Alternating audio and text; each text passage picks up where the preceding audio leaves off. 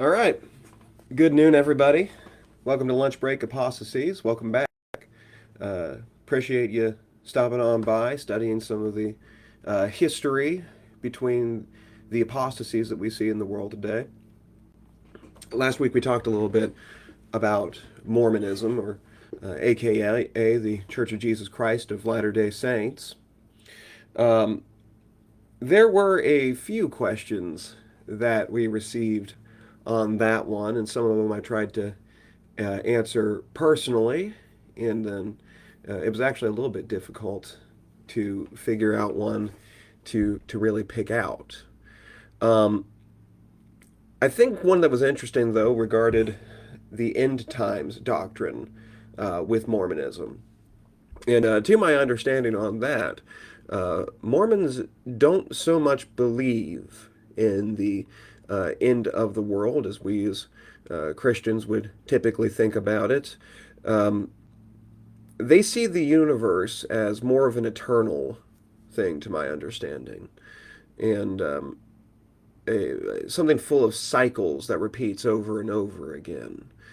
And they don't really see an end of the world per se, certainly not how we would think about it. You'll recall that they believe that Jesus and Lucifer were once spirit children of God, and eventually Jesus gets to the point where he earns a godhood of a type. And that was also true of God. He is one God among many. And it's technically a polytheistic religion.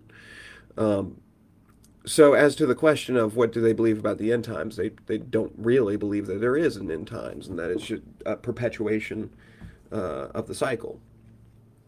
Now, of course, we've been mentioning good things about each of the apostasies, some things that they're little nuggets of truth that we find in each of them. And there's a couple of good things to say about the Mormons.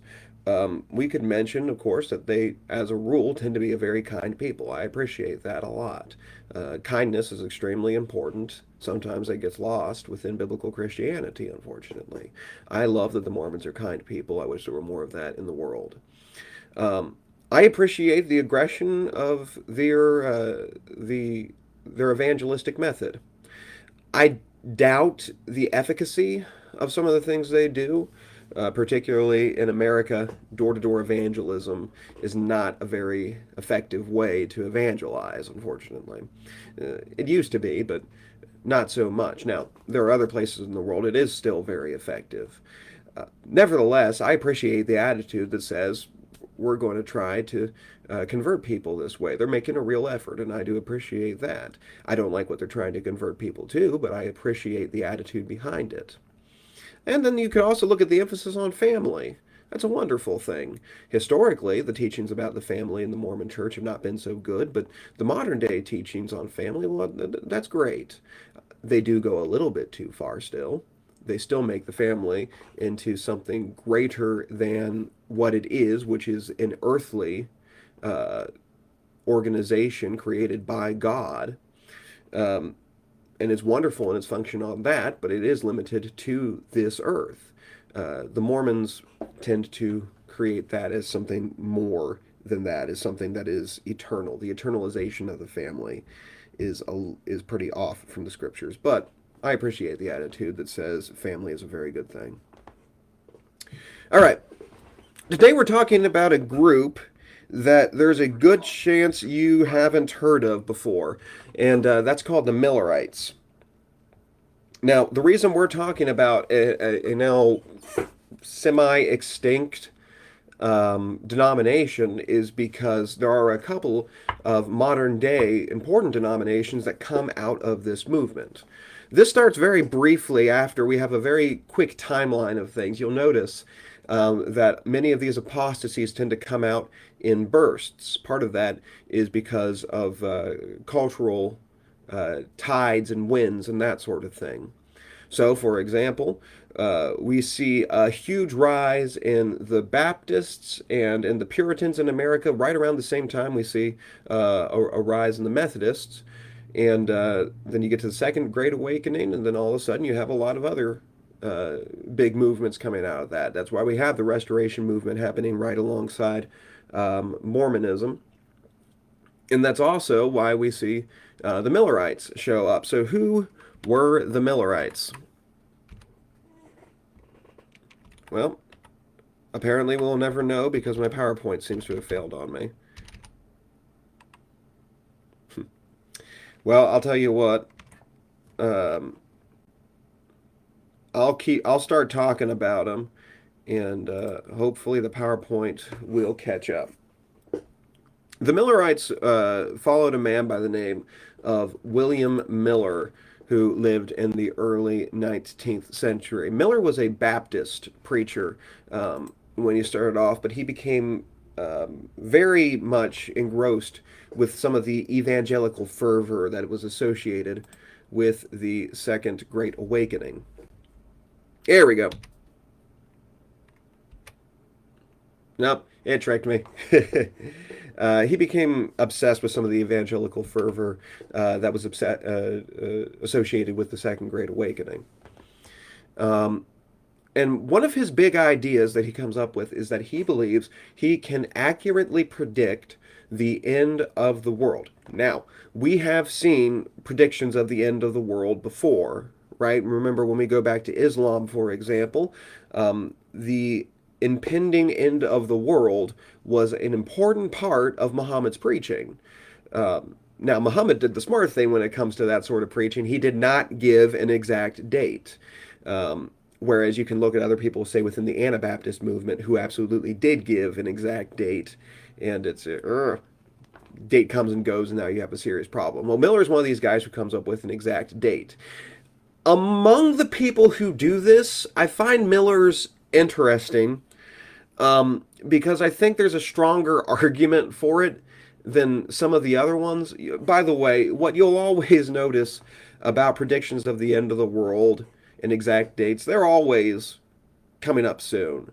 I've yet to hear of an apostasy that said, hey, the end of the world's coming and it's 300 years away. No, it's always an exact date that's going to be within the lifetime of its adherents. And Miller is no different. But he comes up with an interesting one based on Daniel chapter 8, verse 14, which reads,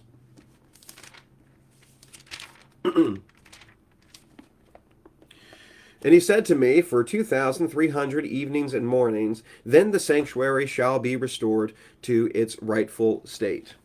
Okay, there's a couple things we need to understand about the book of Daniel. First of all, the book of Daniel, in about half of it, contains a lot of what we call apocalyptic language. Now, that simply means language that is similar to the language we see within the book of Revelation. Occasionally, the Bible uses this, and sometimes it tends to interpret itself, right? For example, the book of Daniel can interpret itself in a few places. It mentions a great ram with two horns, one slightly bigger than another. Later on, it's going to specifically interpret that as the Medo-Persian Empire, right? One empire that is being represented with two different horns. That's two different nations that make up this empire, one greater than the other. The Persians are greater than the Medes in that particular case. Now, I can say that that's what that represents with certainty because the Bible just outright says this is what this is representing.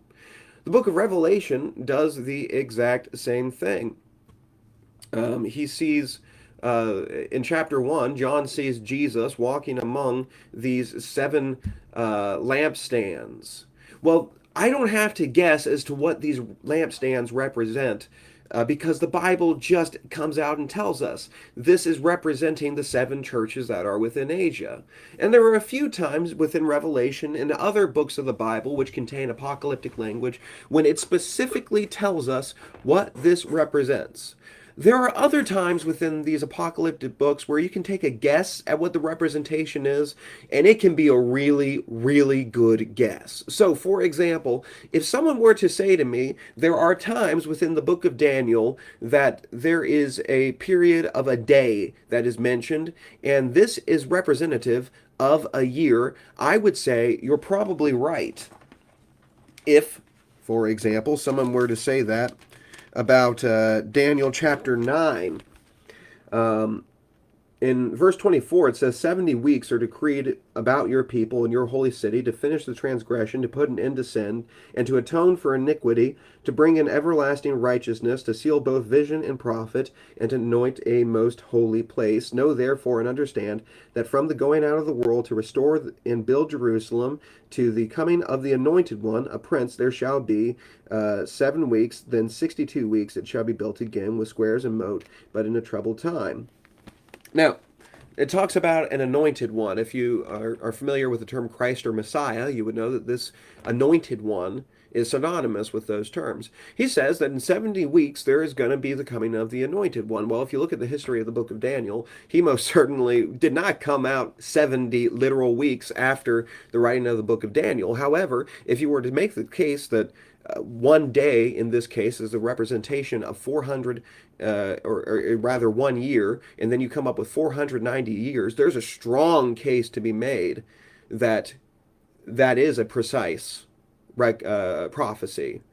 I can't say it with certainty, but it makes a lot of sense to say that in this particular case, one day was representing 1 year.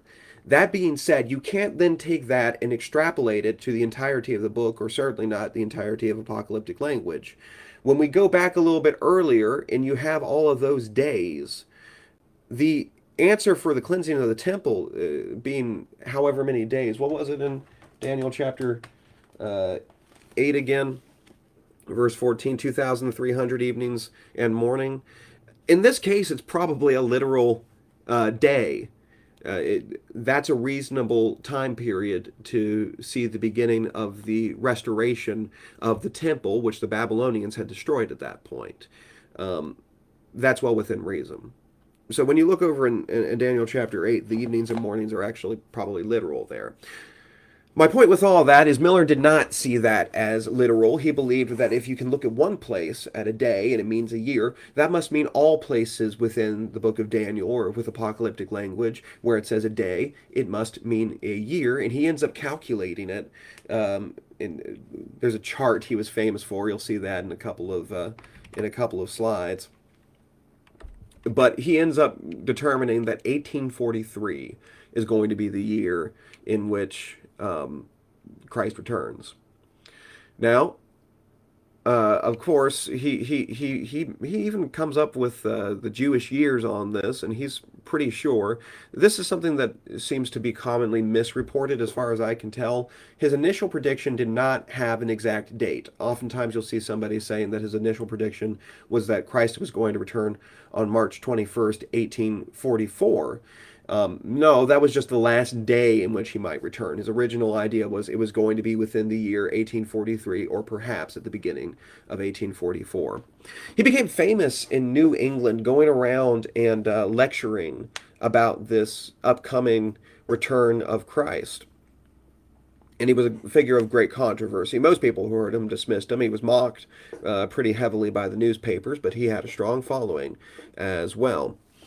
And it became so bad that many people were, I mean, they went wholesale into this belief. People were doing things such as selling everything that they owned. Um, Farmers would not plant in the year 1844 because they thought, well, Christ is coming back anyway. What's the point of planting? Um, People were really excited for this. Well, of course, as we know, the day March 21st, 1844 came and went. And still no return of Christ. So after this, that's, by the way, that chart I was telling you about that um, Miller was famous for. After this date, um, he ends up recalculating it. I believe it had something to do with an optional tarrying that he found in a different book of the Bible. And so he recalculates it to be October 22nd, 1844. And once again, after these few months, people were buying wholesale into it. This time it was famous that people would dress in white. Some people would go to mountaintops in order to meet the Lord. Some people were on their roofs, and they spend the entire night of October 22nd, 1844. And once again, the day came and went. There was no return of Christ. This is what is known as the Great Disappointment. Of course, the Millerites, as you can imagine, were heavily mocked for this false prediction. But what's interesting is the Millerites didn't actually truly disperse. Uh, the Millerites, by the way, were not really a denomination so much as a movement that were united by this one belief. There were Millerites within several denominations. But from this point onward, the remaining Millerites, who don't just outright leave the movement altogether, many of them would go to other movements. I believe the Shakers received a lot of Millerites around this time. They they do this, but they eventually begin to have some of their own denominations, and there's a plethora of interesting explanations for the incorrect October 22nd date. Many people believe that Jesus did return on October 22nd, but it was an invisible return of some sort. Others believed that there was that Jesus was there, but he was behind a cloud and required the prayers of people to finish his return. A lot of really weird beliefs came as a result of this. Well, a few of the people who continued in this, a famous belief that came as a result of this was the problem was not the teaching that Jesus is coming soon. Rather, it was trying to get it to an exact date. These people believed that yes, we know he's got to be coming around soon. We just can't be sure with the exact dates. But man, it really is any day now. And these people became known as Adventists. And this is where we get some of our modern day denominations that are important for our studies today. The biggest denomination among the Adventist group is the Seventh day Adventists. We should mention that the Seventh day Adventists are very different from a lot of the other Adventist groups. Um, at its core, an Adventist is simply somebody who believes that the return of the Lord is imminent.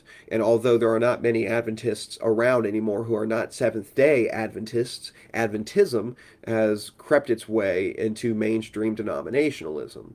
You'll remember when we talked about premillennialism and the problems with that, a lot of that falls under the category of Adventism.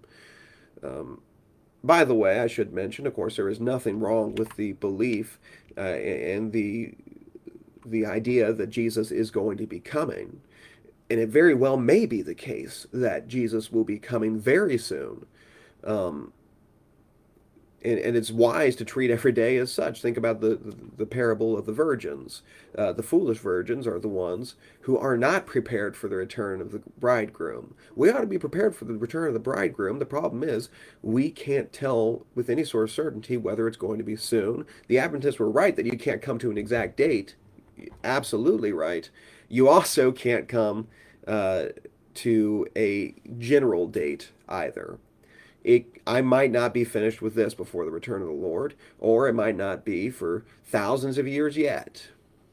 The fact is, the Bible tells us that the day of the Lord will be as a thief in the night. He's not going to tell us when it's coming. We're not going to be expecting him. The Seventh day Adventists pop up out of this group, and they're a lot different than other Adventist groups, though. The main person that we are considering with the Seventh day Adventists is a woman by the name of Ellen G. White. The Seventh day Adventists believe that she was a prophetess who received hundreds of visions within her lifetime. I should also mention, by the way, that the Adventists would not consider her a single founder of the group, but I'm sure they would agree she was probably the most prominent among the founders of said group because of their belief that she received the gift of prophecy. Um, she writes a book known as The Great Controversy. And you might have seen it before. I mentioned while we were talking about Mormonism, you shouldn't have to buy a Book of Mormon. I'd be surprised if you have never been offered one within your lifetime, but if you haven't, just hold tight, you will be at some point. Well, there's something similar with the Adventists and the Great Controversy. This one was not given to me by somebody who was in the practice of door-to-door evangelism. It was just mailed to me, and if you let me see how well you all can see this. The closer I get, the worse the lighting gets. Well, there's a couple of interesting features I found with it. At first, I have to admit, I got this a few years ago. I didn't know exactly what I was looking at, but one of the first things that struck me um, was the fact that there was no author being advertised. I mean, if you, I don't know if you can see this. There is the tiny little, uh, no, you can't really see that, can you? But there's a tiny little mention of the name White right here. But uh, if the name Ellen G. White shows up in this, and I haven't read it, um, but if the name Ellen G. White shows up in this, I have not found it. It they and this is something you'll often see within Adventism in general. They do try to distance themselves from Ellen G. White, at least in their evangelistic efforts. Um, but it's an interesting you can look up the synopsis on it, the idea behind it.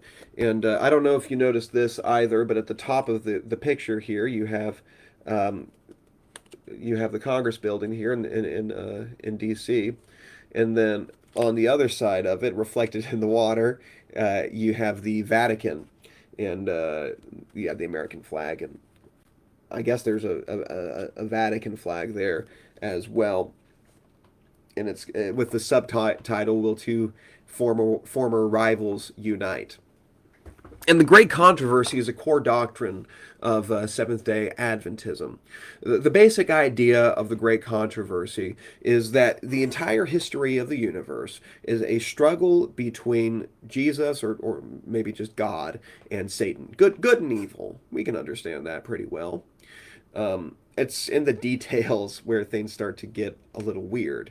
It makes the claim that the church went apostate early on. I agree with that claim. I do believe the church went apostate very early on. Um, that there were slight lights within the medieval ages, and it sort of oversimplifies the history of Catholicism, I believe. And interesting enough, it looks to the Waldensians again. If you remember from our Baptist video, many Baptists like to identify with the Waldensians as the true church in the midst of Catholicism. Well, the Adventists do the exact same thing. It then mentions Protestantism coming out as a partial Reformation, but not a true one. And the true Reformation of what the church is supposed to be is the Seventh day Adventists. It teaches that in the future, eventually, the churches, both the Protestant and the Catholic churches, they will all unite in the future, and along with the world governments against the Adventist church. We'll talk a little bit more about what that looks like. It does put emphasis on 1844. You'll recall that's a date where Miller said that the world would end. They said 1844 is not, however, when the world would end, but rather when Christ moved into a period of intense examination of the world. And so they look at heaven as a replica of the tabernacle, which is not entirely unscriptural. Revelation describes heaven many times as, well, at least the throne room in heaven, as a reflection of what the tabernacle looked like, or maybe more accurately, the tabernacle is a reflection of what heaven looked like. And so, if you know what the tabernacle or the temple was set up as, you have multiple rooms within there. If you go to the courtyard of the tabernacle, the requirements are a little bit less so. It's still not any old person can get into the courtyard of the tabernacle, but a lot more people can. But when you get into the tabernacle itself, then suddenly you have a stricter limitation on who can come in. And then you have another place at the very center of it. That's not accurate. Not the very center of it. The very back of the tabernacle. that is called the Holy of Holies. And nobody is ever supposed to go in there except the high priest on the Day of Atonement, and only for a period of time and only after extreme cleansing.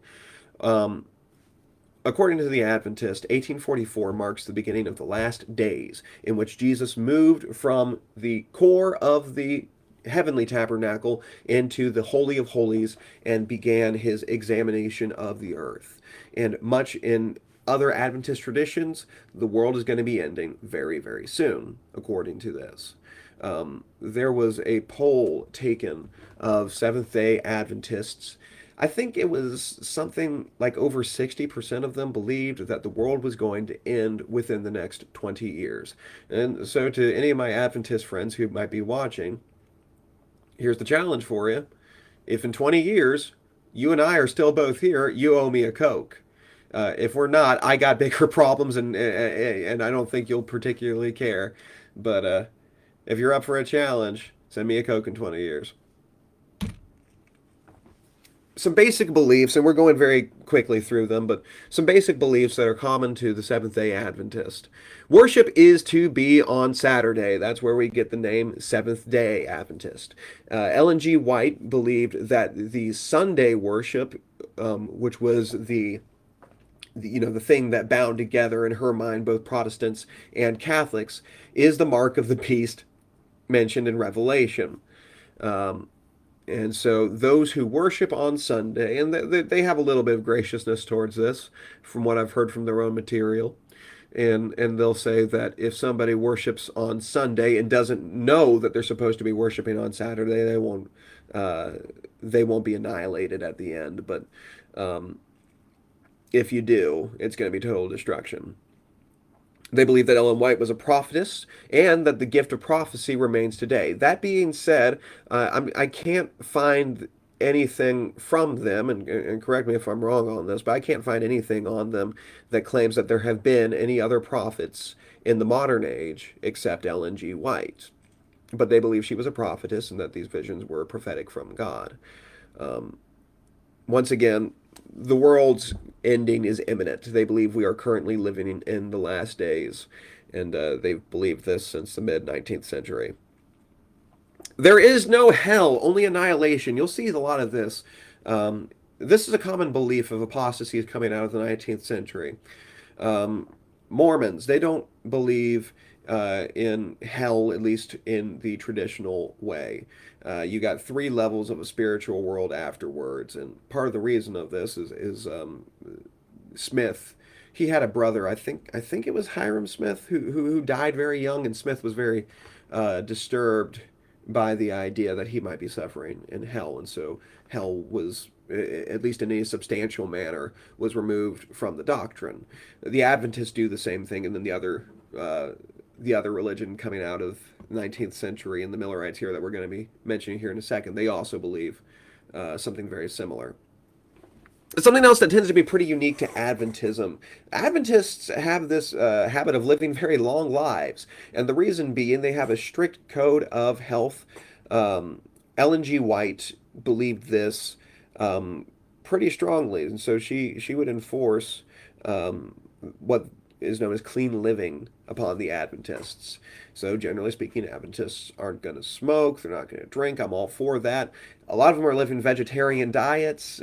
They try to keep up to the forefront of health and that sort of thing, and so they tend to live pretty long lives. Well, of course, I have no problem with somebody, dieting and exercising and living a healthy life. I could probably use a little bit more of that myself, to be honest. I only have a problem, however, when we start to make things which are not doctrine as the Adventists do. Now, I should mention this is a little bit controversial from the sources I could tell. This might be a place where there's a little bit of a disconnect between the leadership in the Adventists and the laity in the Adventists. A decent portion of the Adventists believe they agreed with a statement which said, um, by I'm gonna misrepresent it a little bit, but it said essentially, um, by living a healthy life, I ensure my entrance into heaven, or something like that. Um, And there was a member of clergy or leadership or something within the Adventists who wrote an article against that because the Adventists firmly believe that you don't earn your salvation. So that's a little bit of a controversy there. But what can't be denied is that they certainly put an emphasis on health.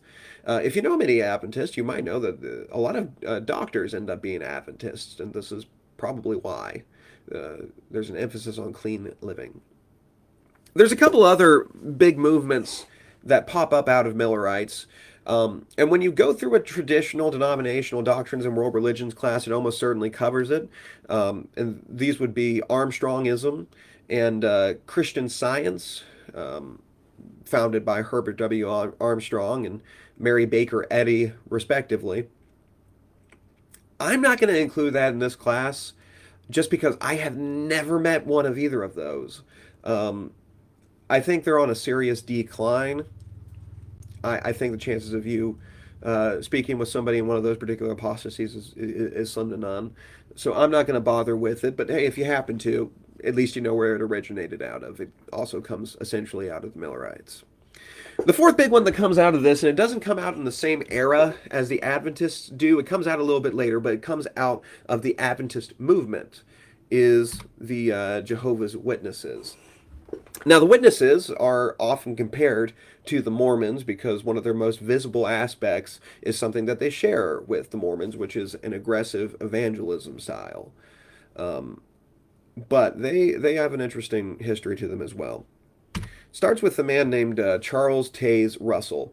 By the way, I don't know if you've noticed the pattern yet, but this is our fourth, you know, major religious movement that we've looked into within the 19th century. Have you noticed that apparently one of the requirements to being a religious leader in the 19th century or a strong religious influence is to be really, really ugly?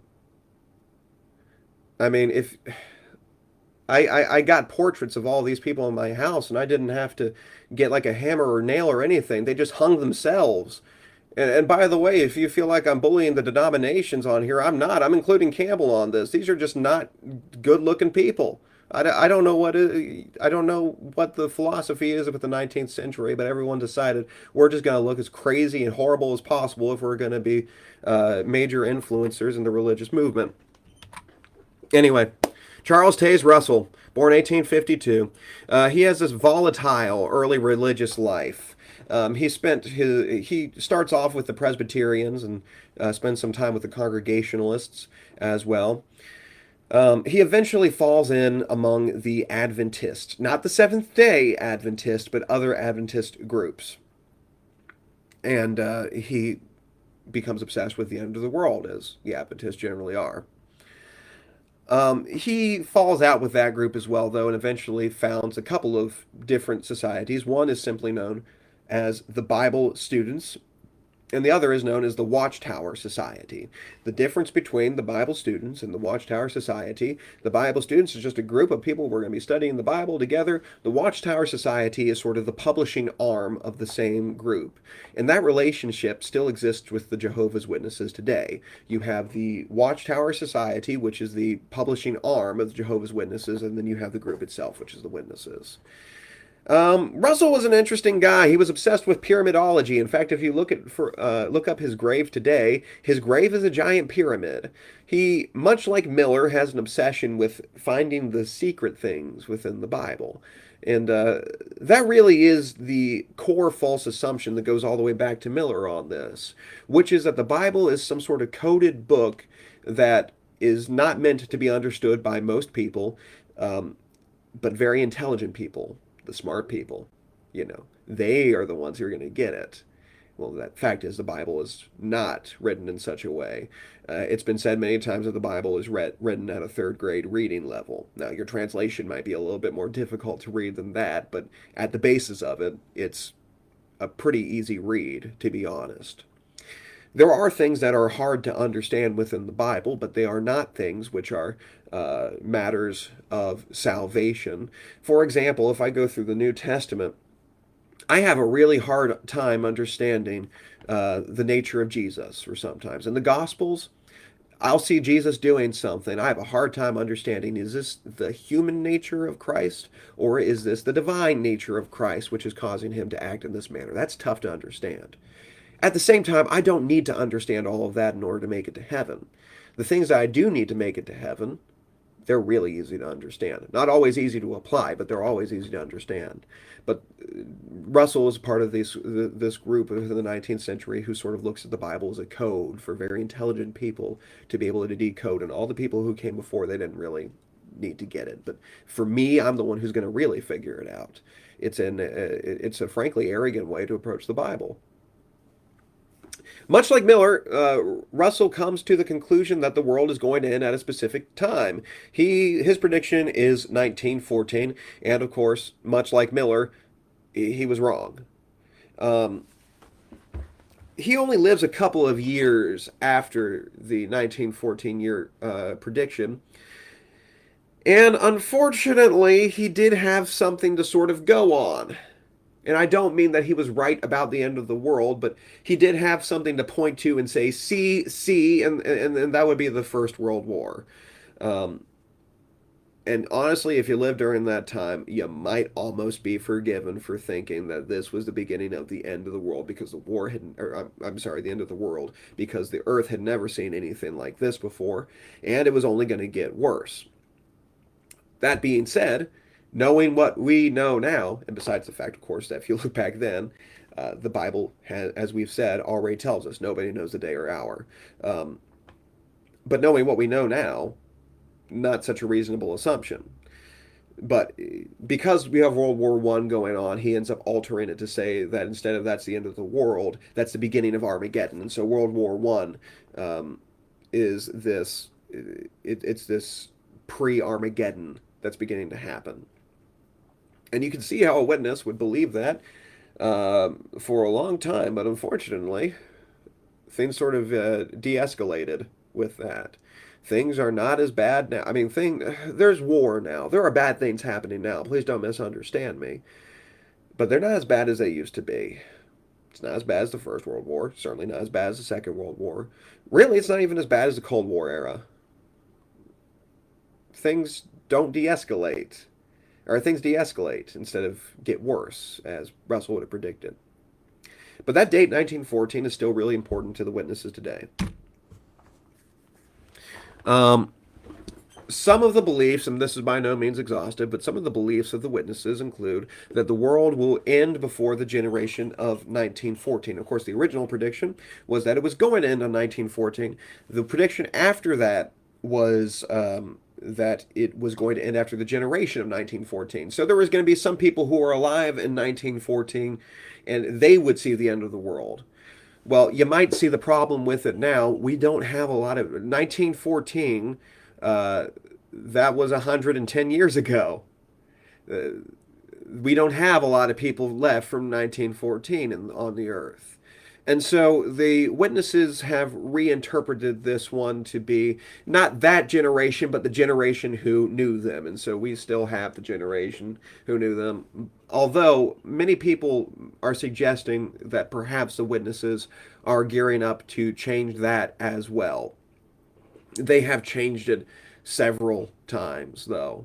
And it's always different answers as to what the importance of 1914 is and how soon the end is coming, much like the Adventists. Um, they believe that at the end, most good people will end up ruling the earth.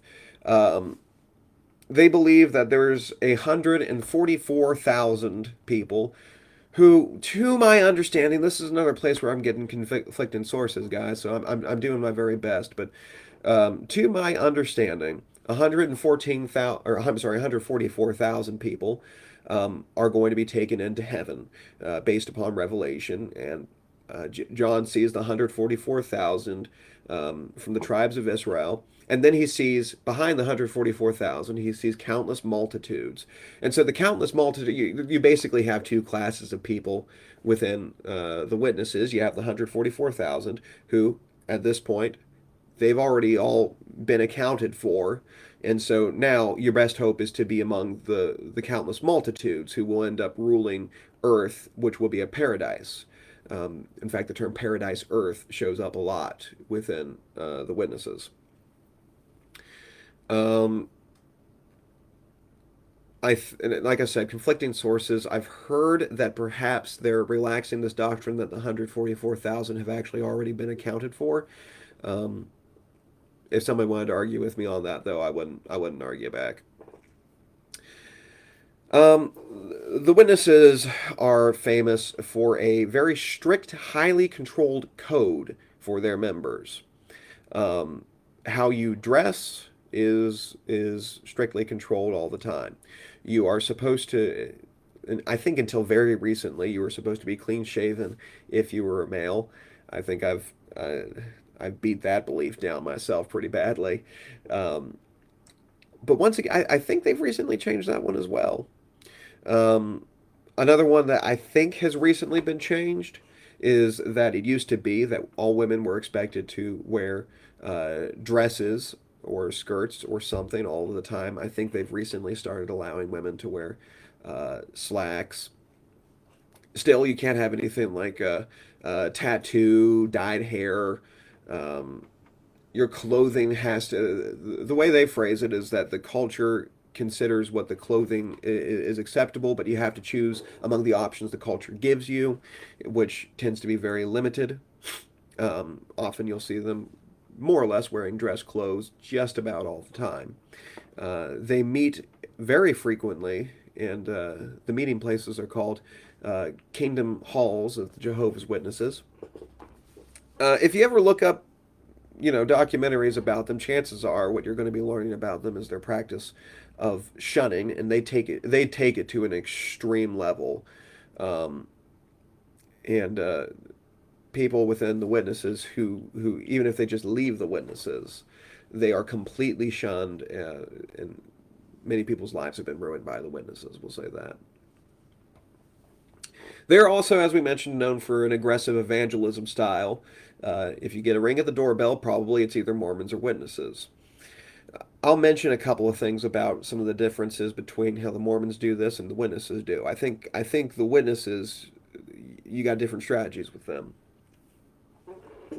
Um, The witnesses forbid personal or adversarial Bible study, meaning you can't study the Bible by yourself, and you can't read anything that has been written by somebody who is adversarial to the witnesses, either about the witnesses themselves or about the Bible. You have to rely on the interpretation by the witnesses.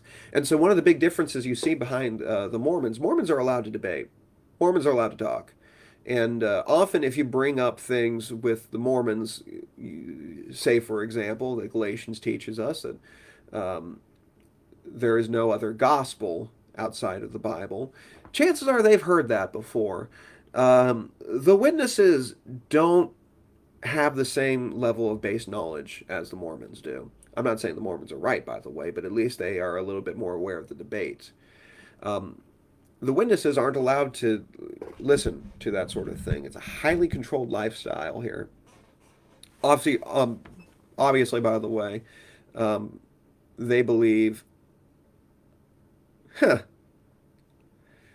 I'm going to tell you why I got distracted here for in a second, but they do believe that the proper name for God is Jehovah. They will not reference God in any other way except Jehovah, which is they believe to be the original Hebrew in it. You got a couple of problems with that. First of all, uh, God's name in Hebrew, the the word that we translate into Jehovah is a word known as the Tetranomagon. Or no, man, I always forget what this is. I always want to say like the. Hold on, I'm going to Google it because it's going to bother me. Tetra. Hmm, is it the Tetranonomicon? No, that sure isn't it. Uh, all right. Well, I've had a streak now of having to ask people in the comments to help me out a little bit, and you guys have been extremely faithful about that, and I appreciate it. So if you know what word I'm looking for, I appreciate it. But I can't tell you what the word is exactly, but I can tell you what it means. The big part, important part of it is for, as in tetra. That's because when you transliterate it into English, the letters that make it up are YHWH. The Jewish transcribers of the Bible did not want to write the entirety of this name of God for fear of taking the Lord's name in vain, which, by the way, flies in the face of the modern idea that you see sometimes that taking the Lord's name in vain means false preaching. I'm completely against false preaching, but let's call something what it is. That's not the same thing as taking the Lord's name in vain. And when you look at the enforcement of that within the Bible, it becomes pretty clear what taking the Lord's name in vain is, and it's exactly what the traditional belief about it is. Um, anyway, because they were afraid of taking the Lord's name in vain, they would put YHWH. Traditionally, that was translated to Jehovah. The more modern way to do it is Yahweh. We're not entirely sure because when they would put YHWH, you'll notice there are no vowels in there. We don't know what the vowels of it are. Yahweh is just a best guess. It's probably more accurate than Jehovah, seeing as the J sound doesn't even exist within Hebrew. So if you see somebody like Joshua, the proper name is Yeshua. In addition, the New Testament does very rarely, if ever, refers to God by the, uh, you know, tetranomogon or whatever it's called. Instead, it uses Greek terms for it. So translating the name of God is perfectly acceptable. You see it all the time. Um, and furthermore, the Jehovah name probably isn't very accurate besides that. Nevertheless, um, they work hard on that one. And many of the translations of the Bible, the New World Translation is a Jehovah's Witness specific translation, which they are only authorized to use. It does a few things that are kind of goofy. It in the New Testament continually refers to God as Jehovah, which is one of the inaccuracies. The reason I stopped for a second, I looked at my own picture here and I noticed that that poster says, "What is God's kingdom?" Not "What is Jehovah's kingdom?" I'm a little curious as to that because that seems like a big no-no. Maybe they're just, I don't know what they're doing over there. Maybe they're trying to meet people where they are. Um, Hard to say. But I don't know. That seems to me to be a contradiction uh, within their belief system. That New World Translation, by the way, is not a particularly accurate version of the Bible.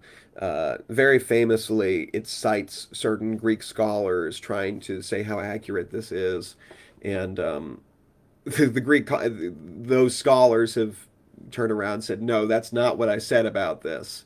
Um, so it's not an accurate Greek translation at all. One of the more infamous places this happens is in John 1.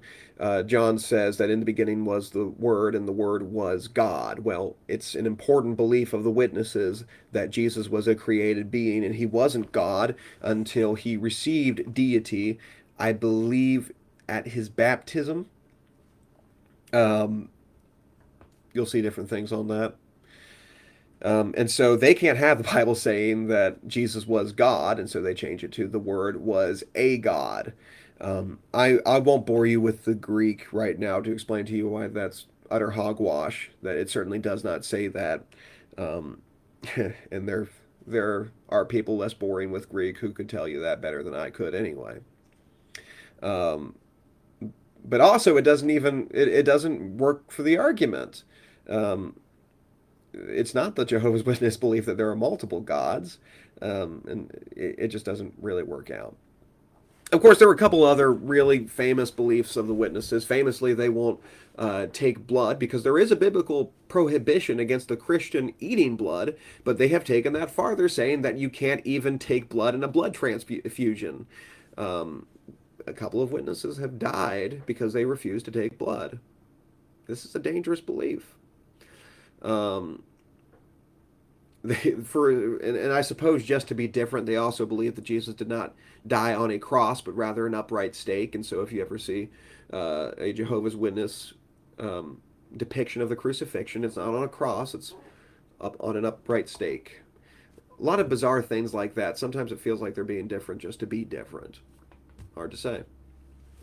Now, I mentioned that the witness study is going to be a lot different than the Mormon study.